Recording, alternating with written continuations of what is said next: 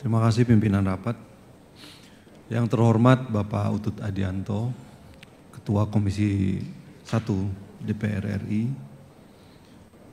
Yang saya hormati Bapak Budi Satrio Jiwandono, Wakil Ketua Komisi 1 DPR RI. Dan yang saya hormati Bapak Dr. Sukamta, Wakil Ketua Komisi 1 yang terbaru. Bapak-bapak, ibu-ibu, para anggota Komisi 1 DPR RI yang terhormat. Hampir keceplosan saya ngomongnya rekan-rekan, Pak, tapi dengan segala hormat Bapak-bapak dan ibu-ibu anggota Komisi 1. Assalamualaikum warahmatullahi wabarakatuh. Salam sejahtera bagi kita sekalian. Shalom, Om Swastiastu, Namo Buddhaya, Rahayu. Pertama-tama, sebagai insan yang beriman dan bertakwa, saya kira mari kita bersama-sama memanjatkan puji syukur kehadirat Tuhan yang Maha Kuasa, Allah Subhanahu wa Ta'ala, yang telah memberikan kita kesehatan dan kesempatan untuk berkumpul di ruang sidang yang terhormat ini pada pagi hari ini. Sebuah kebanggaan dan kehormatan bagi kami dari Kementerian Luar Negeri untuk bisa menghadiri undangan rapat kerja pada pagi hari ini bersama Bapak-bapak dan Ibu pimpinan dan anggota Komisi 1 yang terhormat. Karena sesuai dengan tugas dan tanggung jawab yang kami emban di Kementerian Luar Negeri, momen-momen dewasa ini adalah momen-momen yang memerlukan sebuah kesepahaman bagi kita di dalam negeri untuk bisa berdiri bersama-sama menyikapi berbagai perkembangan situasi global yang Bapak dan Ibu anggota Komisi 1 yang terhormat juga paham bahwa situasi global ini semakin tidak bisa terprediksi. Kami harapkan lewat rapat kerja pada pagi hari ini kita bisa bersama-sama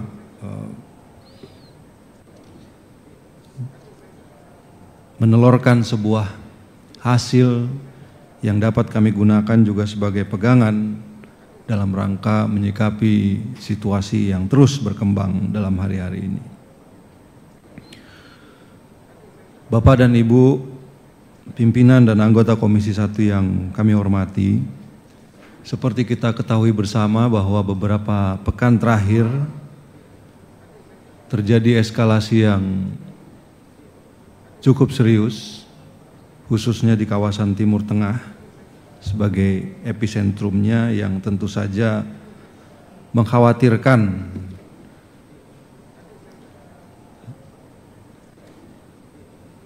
kekhawatiran bahwa eskalasi ini bisa berkembang merupakan sesuatu yang perlu kita cermati dan pikirkan bersama,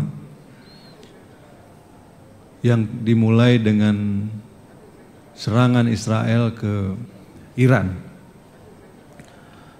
pada tanggal 13 Juni 2025 yang lalu, yang bertujuan untuk menghancurkan instalasi dan situs-situs pengembangan nuklir Iran. Dari serangan tersebut juga kita ketahui bersama bahwa beberapa pejabat tinggi militer dan beberapa ilmuwan Iran itu menjadi korban jiwa dari serangan tersebut. Kondisi ini diperburuk oleh operasi militer yang dilakukan pada tanggal 22 Juni di wilayah Iran ke beberapa fasilitas nuklir di Natanz, Fordo, dan Isfahan yang disebut sebagai operasi untuk menjaga stabilitas regional, yang juga semakin meningkatkan ketegangan di kawasan tersebut. Pada saat kejadian ini, kami pada saat itu sedang berada di sidang OKI di Istanbul pada waktu itu.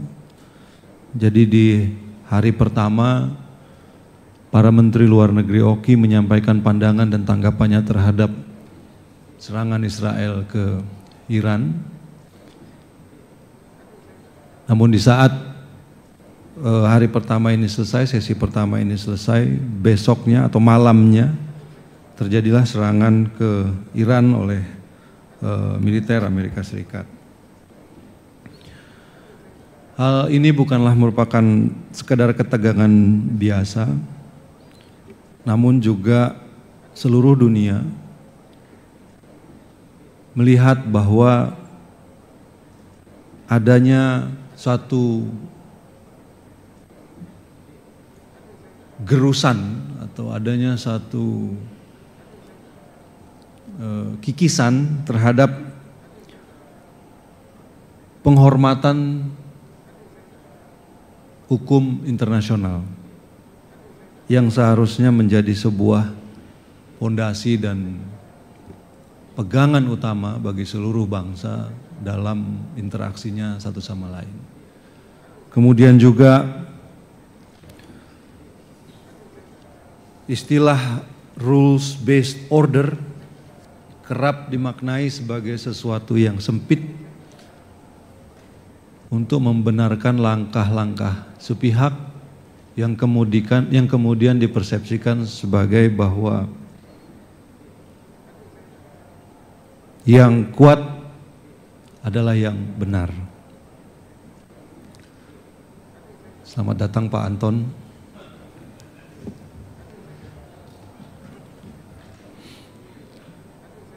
Hal-hal ini kemudian yang menimbulkan lunturnya kepercayaan terhadap tatanan hukum internasional yang sah ini dan melemahnya multilateralisme yang pada paruh pertama abad ke-20 justru diharapkan dapat menjaga lingkungan internasional yang rentan pasca Perang Dunia Kedua. Bapak dan Ibu sekalian, bahwa rentetan kejadian dan eskalasi ini merupakan sesuatu ya yang kita harap tidak terulang, tetapi tidak ada jaminan bahwa hal ini tidak terulang. Oleh karena itu dalam beberapa kesempatan kami juga selalu menyampaikan, kami selalu menyalurkan aspirasi untuk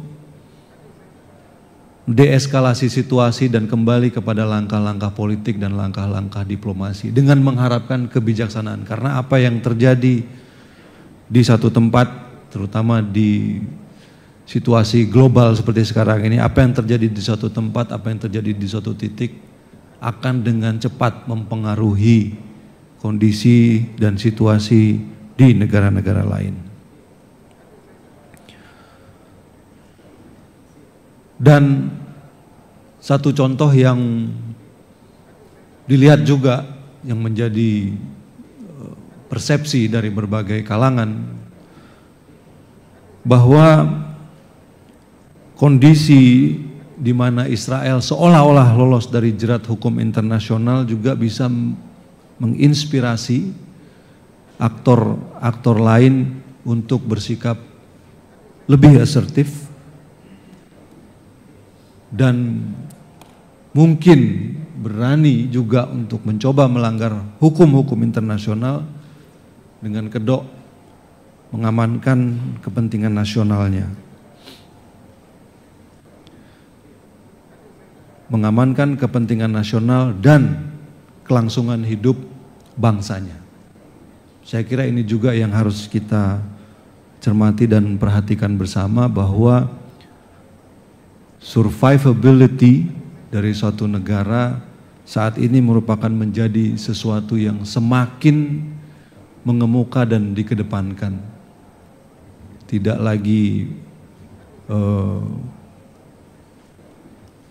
kolaborasi dan kooperasi, tapi bagaimana suatu negara itu harus survive. Timur Tengah saat ini berada di titik krisis, dan sekali lagi kita tidak menutup mata. Dan jika situasi ini tidak dikelola dengan baik, maka rivalitas geopolitik yang semakin meruncing dan semakin membuka ruang bagi konflik terbuka di berbagai belahan dunia, termasuk di kawasan Indo-Pasifik, itu bisa akan semakin meningkat suhunya. Tentu saja sesuatu yang sama-sama kita tidak inginkan. Bapak dan Ibu anggota Komisi 1, pimpinan dan anggota Komisi 1 yang saya hormati, dalam menyikapi situasi yang terus berkembang ini, Indonesia memposisikan diri jelas seperti yang tercantum di dalam konstitusi kita, bahwa Indonesia menolak segala bentuk penjajahan di atas dunia, dan Indonesia akan selalu terlibat aktif dalam usaha-usaha menciptakan perdamaian dunia. Posisi ini juga ditegaskan lagi oleh Bapak Presiden Prabowo pada saat pelantikan beliau di gedung yang terhormat ini, bahwa Indonesia akan memposisikan diri sebagai negara tetangga yang baik dan akan menjalankan politik bertetangga baik dengan semua tetangga-tetangga, baik immediate yang langsung berbatasan dengan kita, intermediate, ataupun tetangga yang jauh. Karena ini juga merupakan bagian dari survivability bangsa Indonesia. Kita ingin menjadi bagian dari sebuah kerjasama besar di dunia ini, karena kita juga punya tanggung jawab yang besar kepada masyarakat, kepada rakyat Indonesia. Oleh karena itu, upaya-upaya yang dilakukan oleh Kementerian Luar Negeri dalam menjalankan kebijakan luar negerinya selalu berpegang pada langkah-langkah, pada prinsip-prinsip tersebut. Indonesia sudah menyampaikan bahwa kita mengutuk serangan apapun yang melanggar kedaulatan negara manapun, khususnya yang terjadi kemarin yang dilakukan oleh Israel yang merupakan pelanggaran terhadap wilayah dan kedaulatan suatu negara. Kemudian kita juga mengecam penyerangan yang dilakukan terhadap instalasi nuklir, karena hukum internasional telah jelas-jelas mengatur bahwa instalasi nuklir tidak boleh dilakukan, tidak dapat dijadikan sasaran karena resiko terhadap keamanan manusia dan lingkungan hidup.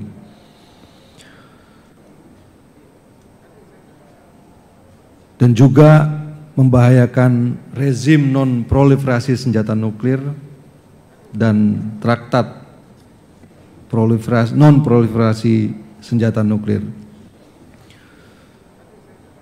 Beberapa hal yang kami cermati di Kementerian Luar Negeri, bahwa Parlemen Iran telah setuju rancangan undang-undang penangguhan kerjasama dengan Badan Tenaga Atom Internasional, serta rancangan undang-undang yang mendukung penutupan Selat Hormuz. Hal ini juga perlu kita cermati karena akan pertama memperlemah peran IAEA, International Atomic Energy Agency, dalam menjaga transparansi nuklir Iran dan mengikis integritas rezim non-proliferasi. Dan penutupan Selat Hormuz apabila dilakukan oleh pemerintah Iran itu dapat berpotensi mengganggu 20% suplai minyak dunia yang lewat di situ. Dan ini juga akan mempengaruhi kita di Indonesia karena impor minyak Pertamina juga melewati Selat Hormuz ada 20,4%, dan kita juga terus mencermati gencatan senjata dan perdamaian yang saat ini berlangsung, yang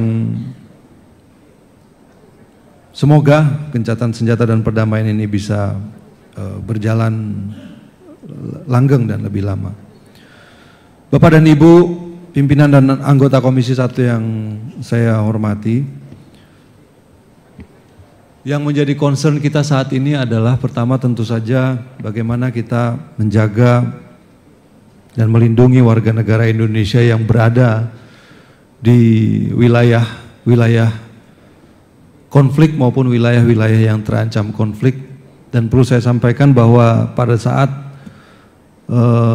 serangan Israel ke Iran pada 13 Juni, kami langsung berkoordinasi. Saya memerintahkan jajaran Kementerian Luar Negeri untuk mengakses situasi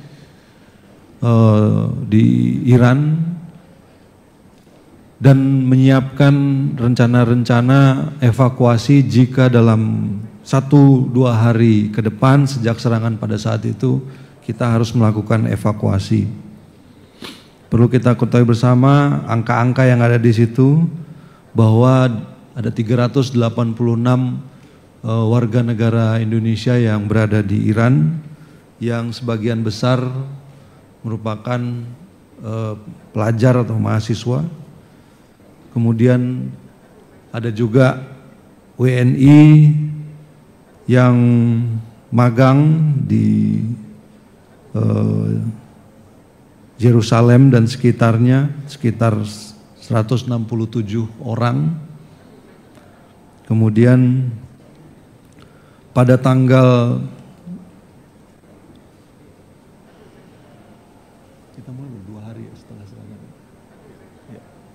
2 hari berarti tanggal 15 setelah serangan ke Iran, kami memerintahkan untuk meningkatkan status KBRI Teheran dari siaga 2 menjadi siaga 1 dan meminta kepada seluruh warga negara Indonesia yang ada di wilayah Iran dan berada di wilayah Israel untuk melaporkan diri dan berkoordinasi sehingga bisa diambil langkah-langkah evakuasi. Dari 386 yang ada di Iran, 97 orang kami berhasil evakuasi lewat Azerbaijan. Sisanya masih di sana, ada yang memilih untuk tetap berada di sana dan belum menyatakan kesediaannya untuk pindah. Namun ini juga terus kita pantau keadaannya dan mudah-mudahan dengan adanya gencatan senjata dan perdamaian ini kondisi mereka berada dalam situasi yang baik.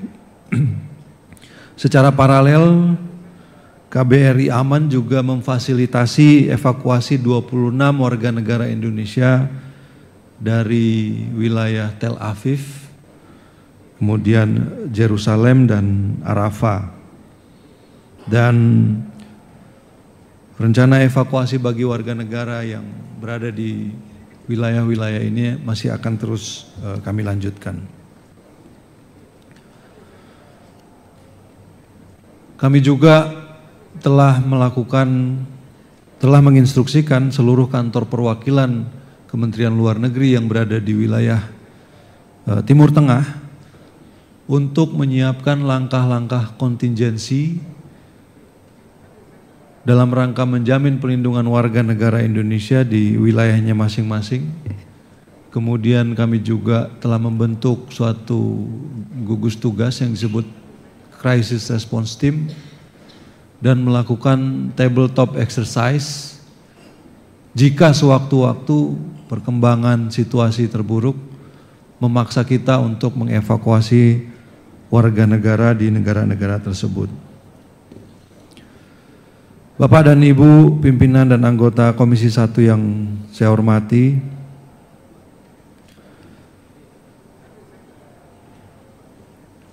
di tengah situasi yang kian terbelah oleh rivalitas ini, Indonesia tetap dalam posisinya yang non-alignment, tetap dalam posisinya untuk bisa menjadi jembatan dan voice of reason bagi negara-negara yang sedang berkonflik. Dan kita juga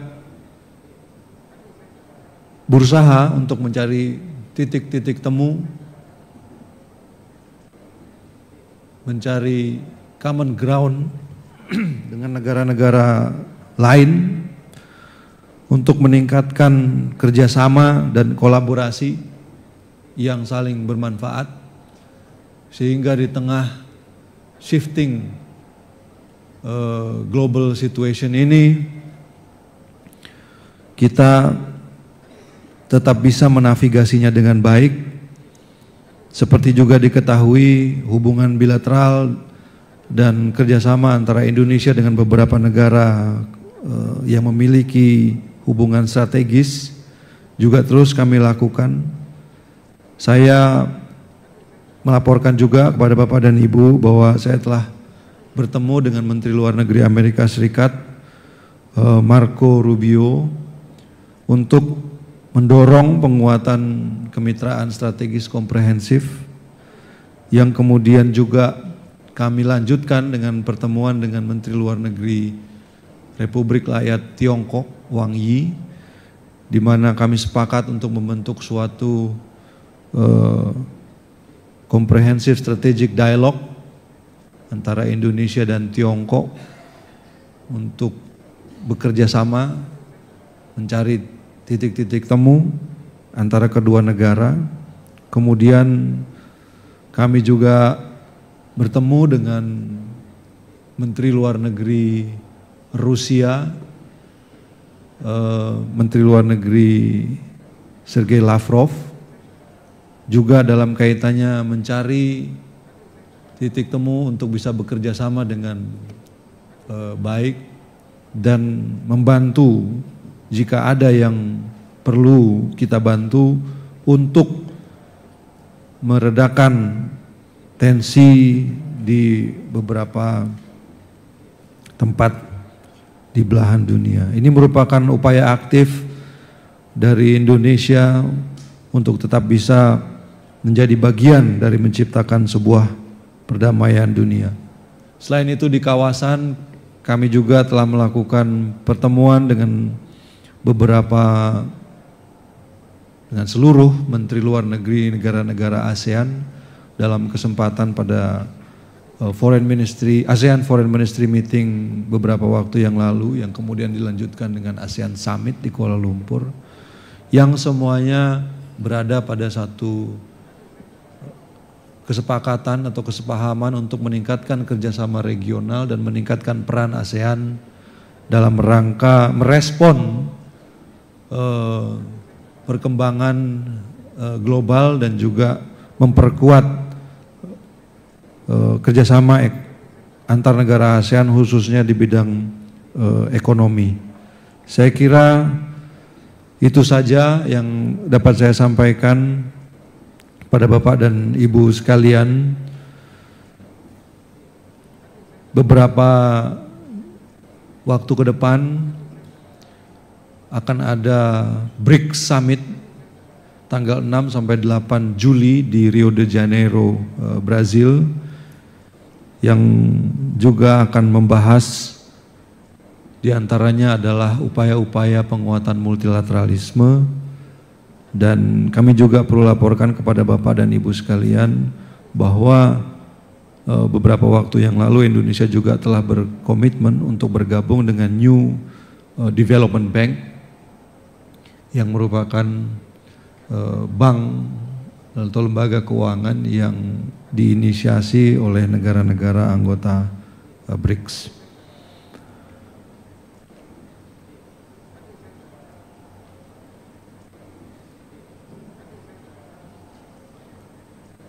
Dan juga pada waktu yang bersamaan sebenarnya akan ada pertemuan Menteri Luar Negeri negara-negara ASEAN di Kuala Lumpur dengan negara-negara yang kita sebut dengan dialog partner, diantaranya Amerika Serikat, Tiongkok, Rusia, Australia, yang juga diharapkan bisa memperkuat upaya-upaya dalam rangka mempertahankan dan memperkuat sistem multilateralisme. Saya kira ini pengantar yang bisa saya sampaikan. Sekali lagi terima kasih buat kesempatan ini, merupakan sebuah kehormatan, dan selanjutnya saya siap jika dari Bapak dan Ibu pimpinan dan anggota Komisi 1 yang terhormat ada hal-hal yang ingin ditanyakan dan didalami. Terima kasih, saya kembalikan Bapak pimpinan.